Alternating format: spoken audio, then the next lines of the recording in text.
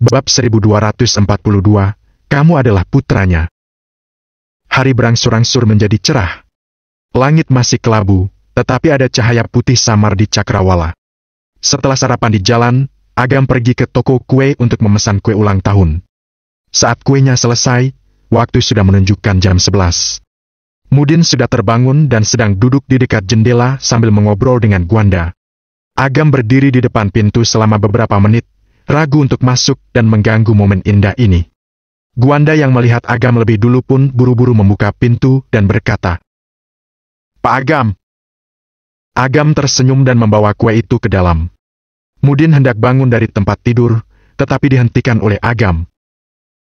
"Meskipun luka-lukamu sudah sembuh, kamu masih perlu banyak istirahat."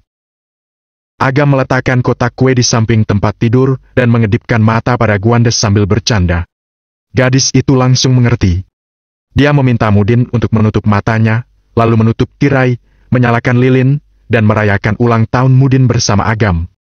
Mudin, seorang pria paruh baya berusia 50 tahun, hanya bisa menyembunyikan wajahnya dan menangis dari awal hingga akhir. Dia menjadi lebih bersyukur kepada Agam. Ketika dia kehilangan kesadaran, dia tidak tahu apa yang terjadi. Putrinya juga tidak memberitahunya. Belakangan, ketika petugas kesehatan membocorkan rahasia, dia menyadari bahwa dia hampir mati. Keajaibanlah yang membuatnya hidup kembali. Keajaiban? Mudin memang bukan orang yang berpendidikan tinggi. Namun, dia sangat rasional. Tidak ada keajaiban di dunia ini. Yang menyelamatkannya adalah Agam. Dia juga menyelamatkan putrinya. Mudin tidak akan bisa membalas kebaikan ini. Setelah memakan kue, ketiganya mengobrol di ruang rawat. Tiba-tiba terdengar suara berisik dari luar. Lalu, ada seorang perawat kecil yang masuk dan berkata, "Pak Mudin, ada orang di luar yang ingin bertemu denganmu." Ekspresi Mudin berubah. Dia kira yang dimaksud adalah Jack Halis, yang tahu dia tidak mati dan mengutus orang lagi. Dia merasa takut. Bukan takut akan mengalami nasib yang sama lagi. Sebaliknya, dia takut akan melibatkan Agam dan putrinya sendiri. "Coba suruh dia masuk dulu." Agam bangkit dari duduknya. Mudin mengangguk. Dalam hatinya, dia berpikir bahwa ini adalah rumah sakit. Mungkin Jack tidak akan berani sembarang menyerangnya. Gwanda membantunya bangun dari tempat tidur, sementara Agam berjalan di depan sambil membuka pintu ruang tersebut. Yang muncul di depan mereka adalah sekelompok orang. Ada yang memiliki wajah penuh keriput, ada yang tampak mulai menua. Cahaya di lorong sangat terang, tetapi tidak mampu menerangi wajah mereka yang muram. Mereka berpakaian sederhana, wajah mereka tampak penuh debu dan penderitaan. "Kalian adalah..." Mudin terpaku melihat orang-orang ini. "Mereka adalah orang tua atau kerabat dari 8 orang yang kemarin memukulmu." Agam dengan tatapan dalam melihat hubungan sebab akibat antara orang-orang ini. Agam berkata, "8 orang itu sudah mati." Mudin terdiam sejenak, tidak tahu harus berbuat apa. Di antara orang-orang ini, ada ayah tua yang tidak mengatakan sepatah kata pun, ada juga ibu tua yang meremas uang lusuh di tangannya. Ada uang 20.000, ada yang 2.000, dan ada yang 200.000. Mulut mereka berkali-kali mengucapkan kata maaf. Sebagai orang tua dan kerabat, mereka tidak bisa berbuat apa-apa terhadap kesalahan putra mereka. Mungkin itu karena kegagalan mereka sebagai orang tua, atau mungkin karena tekanan hidup. Mereka ingin mengganti rugi kepada Mudin. Meskipun hanya sedikit saja. Namun, uang itu hampir semua tabungan mereka. Gwanda merasa sedih dengan kondisi mereka. Mau tidak mau, dia pun berdamai dengan kejadian kemarin. Mudin tidak menginginkan uang dari orang-orang ini. Tidak hanya itu, Mudin juga mengeluarkan sejumlah uang untuk diberikan kepada mereka. Mungkin putra mereka melakukan hal konyol dan hampir membunuhnya. Namun, itu tidak ada hubungan dengan para orang tua itu. Pada pukul 3 atau 4 sore, Mudin keluar dari rumah sakit. Gwanda pun kembali ke sekolah. Dia bekerja sama dengan Yovie, Irfan, dan Yusman untuk menyelesaikan proyek penelitian yang mendapatkan penghargaan tingkat nasional. Mereka mendapat hadiah uang sebesar 200 juta, yang dibagi rata di antara mereka berempat. Mudin merasa sangat senang dan tidak bisa berhenti tersenyum. Dia bukan senang karena uangnya, tetapi senang karena putrinya memiliki masa depan yang cerah. Di sekolah, Agam bertemu Ferdi. Wajahnya pucat pasi dan terlihat sangat buruk. Dia sendiri juga tidak tahu apa yang sedang terjadi akhir-akhir ini. Dia selalu sial. Jatuh saat berjalan, ditabrak mobil saat menyeberang jalan, dan tersedak saat minum air dingin. Menyedihkan sekali. Begitu dia melihat Agam, Ferdi tidak bisa menahan diri dan mencemooh. Saat itu, Pak Tamas lewat dan menarik Agam ke samping. Dia berbisik pada Agam untuk tidak menggertak Ferdi akhir-akhir ini. Adapun apa alasannya, Pak Tamas juga tidak mengatakannya. Melihat Pak Tamas yang begitu berhati-hati, Ferdi merasa sangat bangga. Tentu saja, dia masih anggota keluarga Haryanti. Besok adalah periode penting bagi keluarga Haryanti. Mungkin dia bisa mengambil kesempatan untuk menaikkan posisinya. Setelah itu, membunuh seorang dosen akan sangat mudah dia lakukan. Aku tidak akan hadir di pertemuan besok. Ada urusan yang harus kulakukan, kata Ferdi dengan angkuh. Baiklah, silakan. Pak Tamas mengangguk sambil tertawa canggung. Ferdi melirik Agam, seakan-akan berkata, "Lihat, inilah pentingnya status." Agam sama sekali tidak peduli dengan orang bodoh ini. Setelah berpisah dengan Pak Tamas, Agam pergi ke asrama guru untuk mencari Vero. Namun, bibinya tidak ada di sana. Setelah dia menelepon, dia baru tahu bahwa Vero sedang menemani Zina untuk menjaga Pak Gavin. Hari sudah senja. Waktunya makan malam. Dia mengatur waktu untuk bertemu dengan bibinya di restoran. Dalam perjalanan, Agam menerima telepon dari Neville. "Pak Agam, besok aku mau mengambil cuti darimu. Besok kan hari Sabtu. Cuti apa ya? Aku butuh 3 atau 4 hari, mungkin sedikit lebih lama." "Baiklah." Agam tidak menanyakan alasannya, karena dia juga sudah bisa menebaknya. Dia tiba di pusat perbelanjaan dan duduk di sebuah restoran kecil. Tidak lama kemudian, Vero dan Zina datang bersamaan. Dalam hal penampilan, postur tubuh, dan pesona, kedua wanita ini adalah yang terbaik. Vero memiliki temperamen yang elegan dan tampaknya lebih akrab dengan orang-orang. Namun, kalau ada yang berani melewati batas itu, maka orang itu akan mendapatkan bencana tak terhindarkan. Temperamen Zina jauh lebih dingin. Dia mewarisi temperamen militer Gavin. Dia mewarisi wajah ayahnya.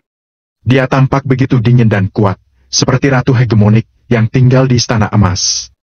Ketika mereka duduk berseberangan, Agam dengan jelas merasakan serangkaian tatapan permusuhan menyelimuti seluruh tubuhnya. Hanya dalam 5 menit, 3 kelompok orang datang untuk mencari masalah, ingin mengusir Agam dan menggantikannya. Zina menggoda dan bertanya, "Bagaimana kalau kita pergi ke ruang VIP? Aku sudah terbiasa makan sambil dikelilingi wanita cantik." Agam minum teh dengan tenang. Kata-katanya itu membuatnya pantas untuk mendapatkan pukulan. Ucapannya membuat Zina tertawa manja. Vero juga memutar matanya dengan cara yang menawan dengan sedikit rasa malu. Hidangan pun disajikan. Di tengah makan, Vero berbisik, "Agam, besok, aku tahu." Agam tersenyum acuh tak acuh dan berkata, "Keluarga Haryanti tampaknya telah menyiapkan upacara penyambutan yang cukup meriah untukku, bukan?" Neville dipanggil pulang, itu bisa dimengerti. Ferdi juga mengajukan cuti untuk kembali. Hal ini menunjukkan bahwa keluarga Haryanti bertekad untuk mengeksekusi dirinya di depan umum. "Aku tidak tahu, tapi beberapa orang tidak akan berhenti sampai di situ," kata Vero dengan pahit. "Adik Agam, apa sebenarnya yang telah kamu lakukan sampai keluarga Haryanti menghadapimu seperti ini?" Zina tidak tahu sama sekali. Dia hanya mendengar bahwa keluarga Haryanti akan menyingkirkan seseorang dan baru saja dia mengetahui bahwa orang itu adalah Agam. "Aku memanggilnya Bibi. Menurutmu, apa yang sudah aku lakukan?" Agam bercanda. Zina mengerutkan kening, berpikir sejenak, tiba-tiba dia menoleh ke arah Agam dan Vero dengan heran sambil bertanya, "Apa kalian berdua memiliki hubungan darah? Aku kira kalian berdua hanya berpura-pura atau berperan sebagai pasangan." "Ih, apa-apaan?" Vero tersipu. "Jadi, kamu adalah putranya?" Zina tahu bahwa Vero memiliki kakak perempuan yang bernama Dinda. Dia juga tahu apa yang telah dilakukan Dinda sebelumnya. Bab 1243, bertemu Hardy lagi. Zina berbicara sendiri sambil melihat Agam dengan ekspresi aneh. "Kamu berani sekali. Apa kamu tahu berapa banyak orang dari keluarga Haryanti yang ingin kamu mati?" Setiap orang pasti akan mati. Ada yang ringan seperti bulu angsa, ada yang berat seperti gunung Tampi. Agam menjawab dengan berkelakar, santai. Sikapmu sangat optimis, tetapi aku harus membuatmu sadar kalau setelah besok, mungkin aku tidak akan bisa melihatmu lagi. Kata Zina serius. Setelah mengucapkan kata-kata itu, dia merasakan paha besarnya disentuh sekilas. Melihat ekspresi marah Pharaoh, dia menyadari bahwa dia telah mengatakan sesuatu yang salah dan meminta maaf kepada Agam. Aku tahu perkataan itu tidak enak didengar, tetapi aku menganjurkan agar kamu berhati-hati dan selalu sisakan jalan keluar untuk dirimu sendiri. Mengerti? Jika kamu menghadapi kesulitan, meskipun aku tidak dapat mewakili keluarga Nil, aku akan melakukan segalanya untuk mendukungmu. Terima kasih. Agam tersenyum ringan, lalu memandang Pharaoh dan berkata, Bibi, ada satu hal yang ingin aku tanyakan padamu, semalam. Agam menceritakan gambaran besar tentang kejadian semalam. Ketika Pharaoh mengetahui bahwa keluarga Haryanti telah menyelamatkan Agam, dia juga sangat terkejut. Aku tahu kamu belum tentu percaya, tapi masih ada orang di keluarga Haryanti yang mendukungmu. Pharaoh berkata dengan suara pelan. Kakakku punya hubungan yang sangat baik dengan beberapa tetua keluarga Haryanti sebelum kematiannya. Walaupun di saat kakakku disebut sebagai pengkhianat, beberapa orang diam-diam masih memperlakukannya dengan baik. Dia ingin Agam kembali ke keluarga Haryanti karena dia ingin Agam mendapatkan dukungan dari orang-orang itu. Dengan cara ini, ancaman keluarga Haryanti bisa dikurangi sebagian. Walaupun Agam benar-benar berselisih dengan Hinata, dia masih memiliki kemampuan untuk menghadapinya. Ini adalah jalan yang dirancang dengan cermat oleh Pharaoh untuk Agam. Itu adalah segalanya yang dia bisa lakukan. Aku bisa bersaksi. Zina menggigit garpunya sambil melihat ke langit-langit, seakan-akan lagi bernostalgia. Ibumu adalah kakak yang sangat baik. Aku ingat ketika aku masih kecil, aku selalu mengejarnya saat bermain. Paman dan bibi di kompleks sangat menyukainya. Dia juga sangat cerdas dan pintar. Sebenarnya, Zina memandang Agam dengan penuh perhatian. Kalau ibumu tidak menikah dengan ayahmu, masa depannya sangat cerah. Dia berpotensi menjadi kepala keluarga berikutnya dan sebagai pemimpin wanita pertama dari keluarga Haryanti. Dia tidak akan setuju. Kata Pharaoh dengan datar dan tatapan rumit. Aku tahu apa yang dipikirkan dan apa yang dikejar kakakku. Kak Dinda telah berinteraksi dengan terlalu banyak orang dan melihat terlalu banyak hal. Dia pasti tidak akan berdiam diri. Zina tidak membantah dan menghela napas ringan. Agam tidak menyela. Dia hanya diam sambil menyantap hidangan. Dia senang mendengar cerita tentang ibunya. Walaupun bukan tentang hal yang baik. Namun, itu jauh lebih baik daripada kenangan masa lampau yang tidak bisa diraih. Setelah makan, Zina akan kembali untuk mengurus Pak Gavin. Pharaoh menemani Agam berjalan-jalan. Aku pergi mengunjungi beberapa orang akhir-akhir ini dan mungkin mereka akan hadir besok. Kata Pharaoh dengan suara lembut. Apa orang-orang itu Pak Farid dan yang lainnya? Agam terkejut. Dia tidak menyangka bibinya akan menyiapkan rencana cadangan untuknya. Ya, juga ada Pak Bram. Meskipun mereka tidak punya latar belakang atau kekuatan apapun, nama mereka adalah latar belakang dan koneksi yang paling dapat diandalkan. Agam tidak bisa berkata-kata. Meskipun, dia dan Pharaoh belum lama mengenal. Selama beberapa hari ini, Agam tahu bahwa bibinya selalu khawatir kepadanya dan mencari cara untuk membantu. Sejujurnya, Agam tidak pernah menyangka bahwa dia akan dilindungi oleh seorang wanita. Namun, bibinya ini mengambil peran sebagai ibu dan membantu menopang sebagian beban untuk dirinya. Keduanya berjalan di sepanjang jalanan tua dan segera tiba di tempat yang tidak asing. Kuil cahaya besar. Kuil terang benderang. Namun, peziarah yang datang jelas sudah berkurang banyak. Pada saat itu, beberapa orang mulai keluar dari kuil secara berturut-turut. Di antara mereka, ada seorang gadis cantik yang bernama Papi Pantra. Agam sama sekali tidak tertarik mengapa Papi datang ke kuil cahaya besar, jadi dia terus berjalan. Papi melihat Agam sekilas. Lebih tepatnya, dia melihat Pharaoh. Kak Pharaoh! Papi berlari ke arah mereka dan berdiri di hadapan mereka berdua. Papi! Pharaoh sedang sibuk dengan pikirannya, jadi dia cukup terkejut melihat Papi di sana. Kak Pharaoh, bisakah saya bicara denganmu sebentar? Papi melihat ke arah Agam dengan tatapan bermusuhan dan berbisik kepada Pharaoh. Pharaoh mengangguk. Papi adalah asisten pengajar yang sudah Pharaoh latih dengan baik. Selain sikap sombongnya, Pharaoh menyukai semua karakter gadis ini. Setelah pindah ke samping, Papi berkata, "Kak Pharaoh, mulai sekarang, jauhkan dirimu dari orang itu. Sebenarnya dia sangat jahat, selalu suka menggoda beberapa gadis, dan hatinya sangat kejam." Di mata Papi, Pharaoh adalah seorang wanita pujaan yang memiliki selera tinggi, tak tertandingi, dan tidak ada pria yang pantas dengannya. Apalagi pria seperti Agam, tidak mungkin. Pharaoh sebenarnya sudah tahu bahwa Papi salah paham ketika mendengar ucapan awalnya, tetapi ketika mendengar kalimat selanjutnya, wajahnya langsung menjadi suram. Melihat perubahan wajah Pharaoh, Papi mengira Pharaoh mulai membenci Agam. Dia menceritakan masalah Agam kepada Pharaoh, termasuk insiden di restoran di mana Agam menolak nasihat Kuntoro dan menghajarnya.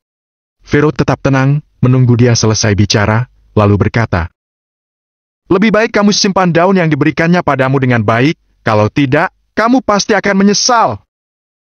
Setelah itu, Pharaoh tidak lagi memedulikannya lagi dan berbalik pergi. Meskipun dia adalah wakil kepala fakultas dan seorang dosen, dia seharusnya tidak membiarkan emosi pribadinya memengaruhi kelakuannya terhadap siswa. Namun, Agam adalah titik lemahnya. Mendengar ejekan Papi terhadap Agam, dia tidak tahan dan sebenarnya telah bersikap cukup sopan. Selain itu, dia juga tahu bahwa Agam benar-benar mencoba membantu Papi, tetapi gadis ini curiga, yang juga merupakan keangkuhannya yang bisa merugikan dirinya sendiri. Papi tercengang.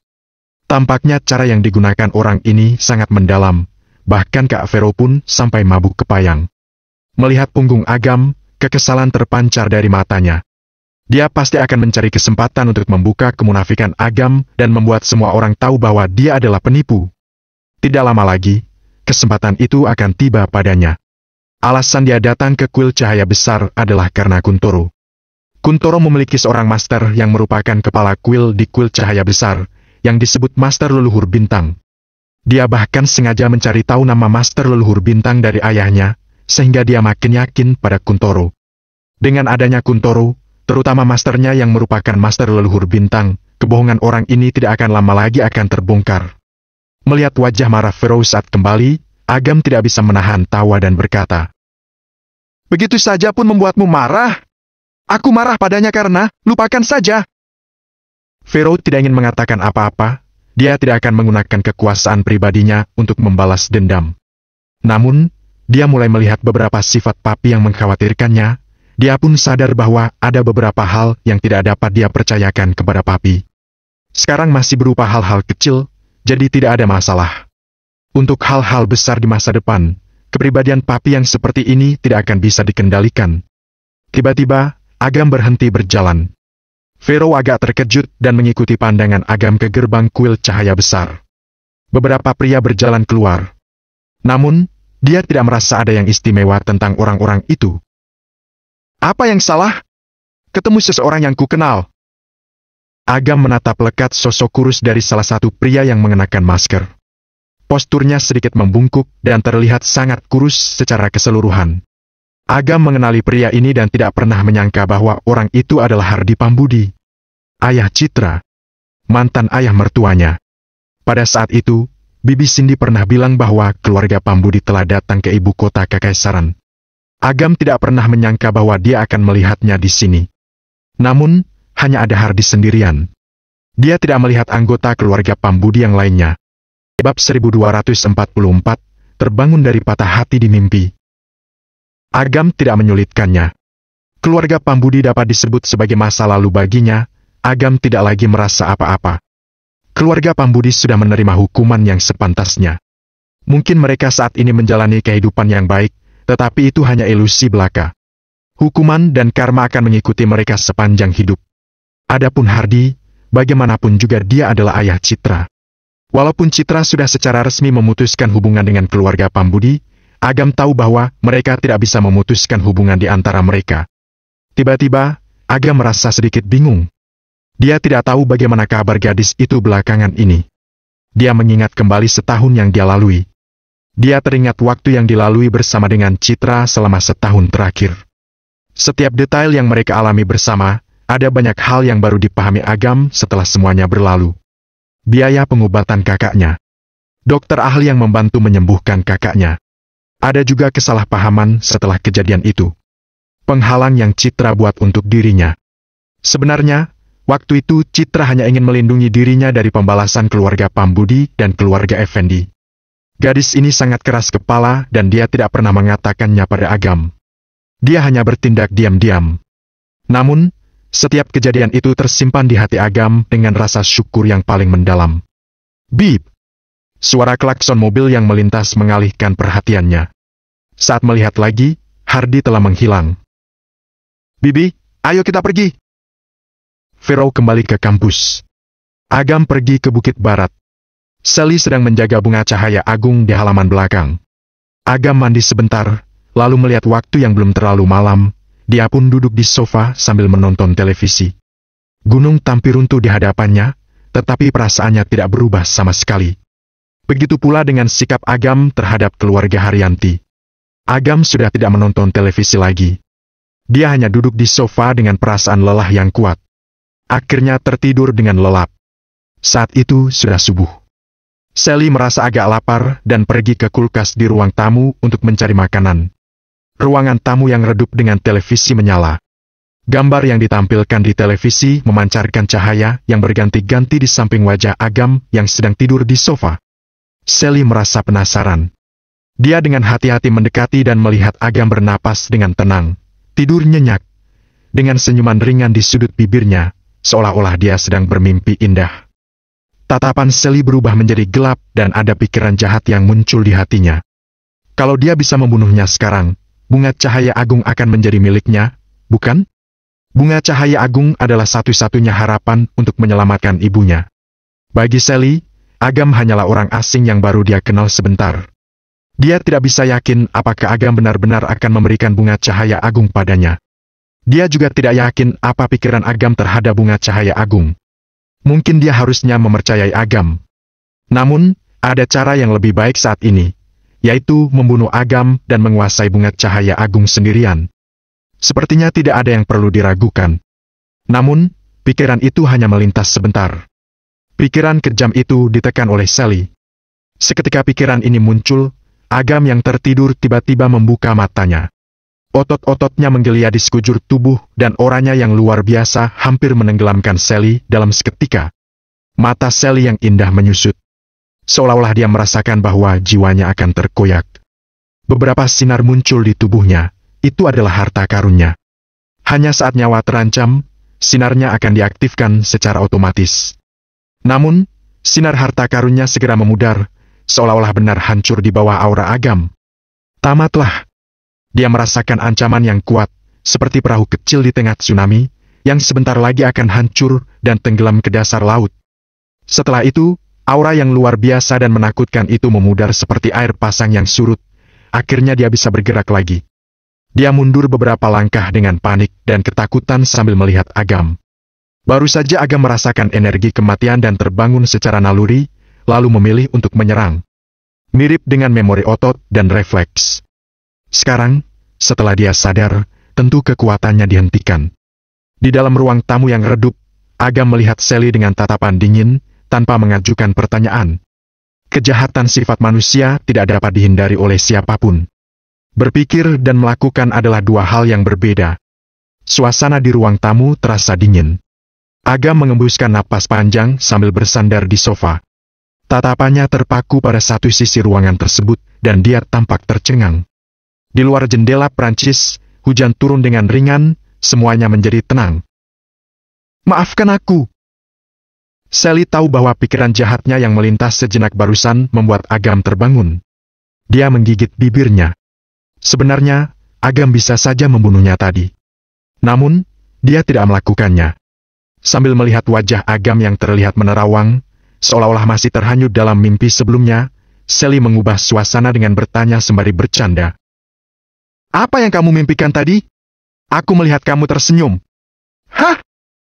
Agam terkejut, dia melihat Sally sejenak, lalu melihat langit-langit, senyuman tersembunyi di sudut bibirnya, lalu dia berbisik. Aku bermimpi aku menikah. Sally terkejut. Hanya itu? Dengan wanita yang paling aku cintai. Dia adalah istriku. Aku berutang banyak padanya. Aku juga belum mengadakan pernikahan untuknya. Di pernikahan itu, ayahku, ibuku, dan kakakku, mereka semua datang. Mata Agam penuh dengan kebahagiaan, terpancar kebahagiaan dan air mata. Bibirnya terbuka sedikit, senyumannya makin bersinar. Namun, senyumannya perlahan menghilang, ekspresi kesakitan dan kesedihan muncul di kedalaman matanya. Tanpa sadar, dia menoleh ke arah lain, air mata pun mengalir di pipinya. Melihat air mata itu, hati Sally berdebar-debar, rasa sakit yang menusuk hati menyapu dirinya. Dalam ingatannya, Agam selalu menjadi orang yang santai, kadang-kadang serius, jarang sekali dia melihat ekspresi emosional dari dirinya. Namun, sekarang, dia bermimpi dan menangis seperti ini. Sally memaksakan senyumnya dan bertanya, "Ini hal yang baik, mengapa kamu sedih?" Agam menghirup napas dingin, matanya dipenuhi dengan rasa sakit dan kehampaan yang tak terbatas. Kesedihan melanda hatinya, dia tidak bisa menahan tangis, air mata mengalir seperti hujan. Mimpi itu terlalu nyata. Ketika berada di dalamnya, dia tidak pernah berpikir bahwa itu hanyalah sebuah mimpi. Ketika terbangun, dia masih terhanyut dalam suasana bahagia dan penuh kepuasan saat bersatu kembali dengan orang tuanya, lalu menikah dengan Citra. Saat sadar, dia baru menyadari bahwa semuanya hanya mimpi, hatinya sangat sedih. "Aku merindukan ibuku." Di wajah tegar Agam yang tenggelam dalam kegelapan, terpancar kepedihan yang menusuk hati.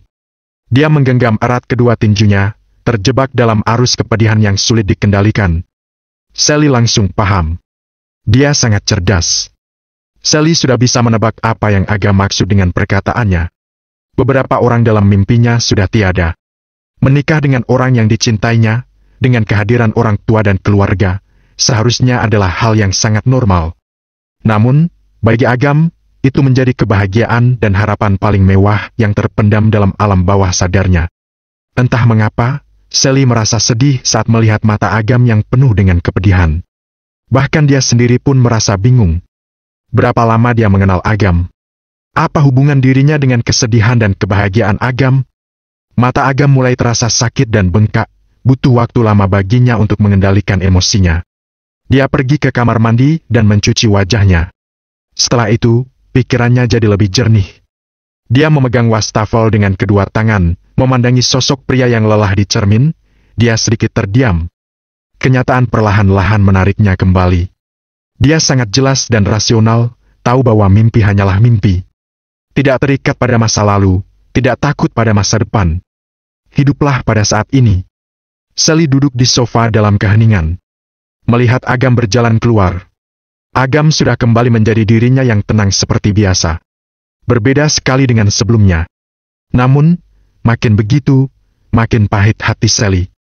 Apa yang sebenarnya telah dialami Agam sehingga kepribadiannya menjadi begitu kuat? "Ketika kamu menikah nanti, aku akan menjadi pengiringmu." Sally tiba-tiba mengucapkan kalimat ini tanpa tahu bagaimana menghibur Agam. Agam terkejut, dia tersenyum ringan dan berkata, "Baiklah, tapi itu tergantung pada istriku." Mendengar balasan Agam dengan nada bercanda seperti itu, tiba-tiba Sally merasa iri dengan istri yang disebutkan Agam. Dicintai dan dimanja oleh seorang pria seperti ini membuatnya iri.